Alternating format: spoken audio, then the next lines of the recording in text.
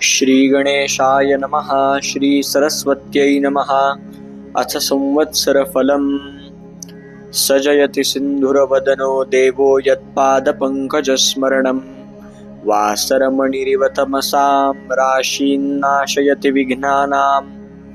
प्रारंभी श्री गजाननाचे स्मरण केले असता सूर्योदय होताच ज्याप्रमाणे तिमिर समूहांचा नाश होतो त्याप्रमाणे सर्व विघ्नांचा नाश होतो। तो सिंधुरवदन देव उत्कर्ष पावत आहे। नत्वा गणपतीं खेटान् ब्रह्म विष्णु शिवात्मकान् संवत्सर फलं वक्ष्ये सर्व कामार्थ सिद्धये।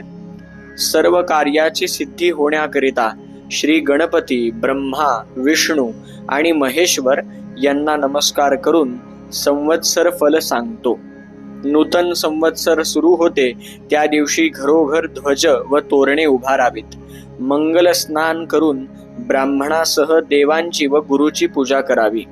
स्त्रिया व मुले यांना वस्त्रालंकारांनी भूषित करून उत्साह करावा। ज्योतिषाचा सत्कार करून त्यांच्याकडून वर्षफल श्रवण करावे, म्हणजे हे वर्ष लाभप्रद होईल। प्रथम मंगल स्नान करून अमृतापासून उत्पन्न झालेल्या कडुनिंबाच्या कोवळ्या पानांचे चूर्ण करून पुढे सांगितल्याप्रमाणे भक्षण करावे, म्हणजे व्याधींचा नाश होऊन सुख, विद्या, आयुष्य व लक्ष्मी ही प्राप्त होतात। मिरे, हिंग, मीठ, ओवा व साखर यांच्यासह पुष्पासहित कडुनिंबाच्या कोवळ्या पानांचे चूर्ण चिंचेत कालवून रोगशांती होण्याकरता भक्षण करावे। पंचांगस्थ गणपतीचे, ब्राह्मण व ज्योतिषी यांचे पूजन करून याचकांना यथाशक्ती दानादिकांनी संतोषवून मिष्टान्न भोजन घालावे। नाना प्रकारची गीते, वाद्ये व पुण्यपुरुषांच्या कथा ऐकून दिवस घालवावा, म्हणजे संपूर्ण वर्ष सुखाने जाते। राजाचे फल श्रवण केले असता वैभव अचल होते। प्रधानाचे फल श्रवण केले असता कुशलता प्राप्त होते। अग्रधान्येशाचे फल श्रवण केले असता लक्ष्मी स्थिर होते। मेघाधिपतीचे फल श्रवण केले असता वाणी सुरस होते। रसाधिपतीचे फल श्रवण केले असता धार्मिक बुद्धी स्थिर होते। पश्चात धान्याधिपतीचे फल श्रवण केले असता दीर्घायुष्य प्राप्त होते। प्रतिवर्षी वसंत ऋतूत पुण्यकारक अशा चैत्र महिन्यात नवीन वर्षफल श्रवण केले असता पातकांच्या ओघांचा नाश होऊन आयुष्य, यश व लक्ष्मी यांची वृद्धी होते। ब्रह्मा, विष्णू, महेश, रवी, चंद्र, मंगळ, बुध, गुरु, शुक्र, शनी, राहू व केतू हे सर्व शत्रूंचा नाश करोत। वर्ष प्रतिपदेच्या दिवशी जे भक्तिपूर्वक संवत्सर फल श्रवण करतात ते रोग, दुःख व दारिद्र्य रहित होऊन आनंदाने व धनधान्याने युक्त होतात। सूर्य तुमच्या आरोग्याची वाढ करो, चंद्र यशाची, मंगळ ऐश्वर्याची, बुध बुद्धीची, गुरु हा गौरवाची व शुक्र कोमल वाणीची वाढ करो। शनी आनंद व राहू बाहुबल देवो आणि केतू तुमच्या कुलाची उन्नती करो। तिथीच्या श्रवणाने वैभव स्थिर होते। वाराच्या श्रवणाने दीर्घायुष्य प्राप्त होते। नक्षत्र श्रवणाने केलेल्या पापांचा नाश होतो। योगाच्या श्रवणाने वियोग नाश होतो। कर्णाच्या श्रवणाने सर्व इच्छा पूर्ण होतात। ज्योतिषाकडून नित्य पंचांग श्रवण केले असता सिद्धी प्राप्त होतात। श्री सूर्य सिद्धांत मताने जगाच्या उत्पत्ती, संरक्षण व लय यांना कारणीभूत अशा श्री महाविष्णूच्या नाभी कमलापासून उत्पन्न झालेल्या ब्रह्मदेवाचे आयुष्य 100 वर्षे आहे। त्यापैकी 50 वर्षे होऊन गेली। सांप्रत 51व्या वर्षाच्या पहिल्या महिन्याच्या पहिल्या पक्षाच्या पहिल्या दिवसाच्या घटिका 13, पळे 42 आणि 3 अक्षरे होऊन गेली। 4 युगे 1000 वेळा येऊन गेली, म्हणजे ब्रह्मदेवाचा 1 दिवस होतो। तेवढ्याच लांबीची त्याची 1 रात्र असते। ब्रह्मदेवाच्या एका दिवसात 14 मनू होतात। त्यांची नावे स्वायंभुव, स्वारोचिष, उत्तम, तामस, रैवत, चाक्षुष, वैवस्वत, सावर्णी, दक्ष सावर्णी, ब्रह्म सावर्णी, धर्म सावर्णी, रुद्र सावर्णी, देव सावर्णी, इंद्र सावर्णी। त्या एक मनूत 71 महायुगे होतात। एका महायुगाची वर्षे 43,20,000 आहेत। याप्रमाणे चाक्षुषपर्यंत होऊन गेले. चालू असलेले वैवस्वत मन्वंतर 7वे आहे. वैवस्वत मन्वंतरातील 27 महायुगे जाऊन 28वे महायुग चालू आहे. कृतयुगाची वर्षे 17,28,000, त्रेतायुगाची वर्षे 12,96,000, द्वापार युगाची वर्षे 8,64,000, सांप्रत चालू असलेल्या कलियुगाची वर्षे 4,32,000. कलियुगामध्ये 6 शककर्ते आहेत. प्रथम इंद्रप्रस्थात युधिष्ठिर धर्मराज झाला, त्याचा शक 3,044 वर्षे. दुसरा उज्जैनीत विक्रम झाला, त्याचा शक 135 वर्षे. तिसरा पैठण येथे शालिवाहन, त्याचा शक 18,000 वर्षे. चौथा वैतरणी नदीचे काठी विजयाभिनंदन होईल, त्याचा शक 10,000 वर्षे. पाचवा गौड देशात धारातीर्थी नागार्जुन होईल, त्याचा शक 4 लक्ष वर्षे.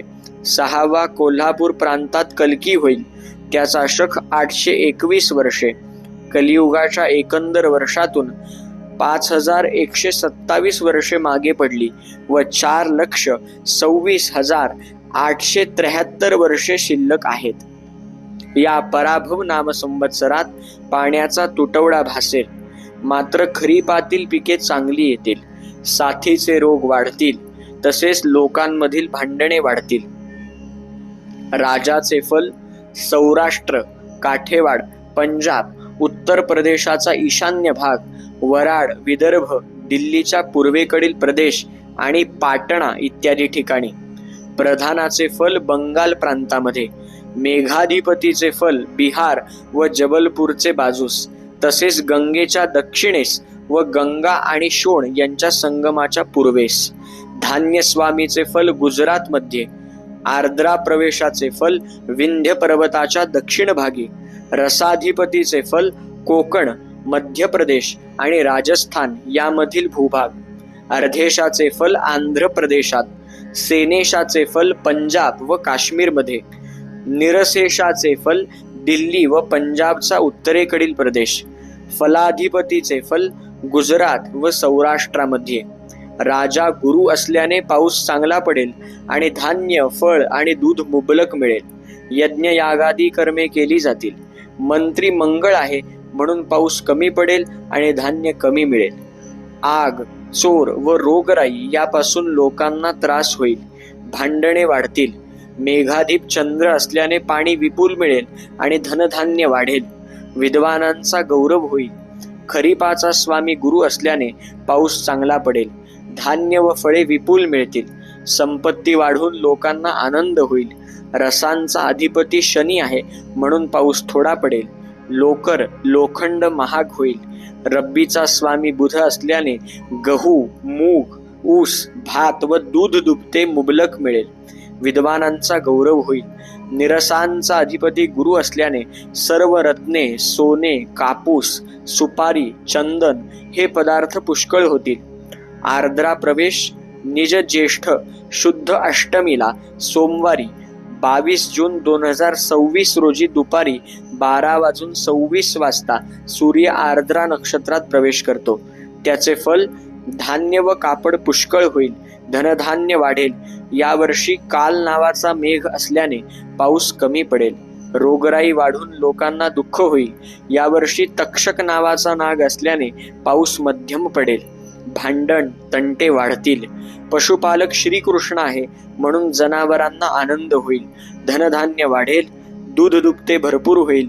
मेघनिवास माळ्याचे घरी असून रोहिणी नक्षत्र समुद्रावर पडले आहे, त्यामुळे भरपूर वृष्टी होऊन धनधान्याचे प्रमाण वाढेल.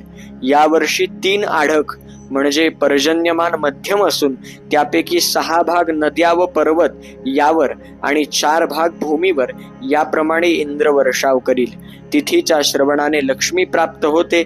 वाराच्या श्रवणाने आयुष्याची वृद्धी होते. नक्षत्राने पातक जाते. योगाने रोगांचे निवारण होते. कर्णाच्या श्रवणाने चिंतित मनोरथ सिद्ध होतात. सर्वांच्या श्रवणाने नित्य गंगा स्नानाचे फळ मिळते. हे शुभकारक वर्षफल संवत्सरारंभाच्या दिवशी जे भक्तीने श्रवण करतील ते वर्षभर सुखी होतील.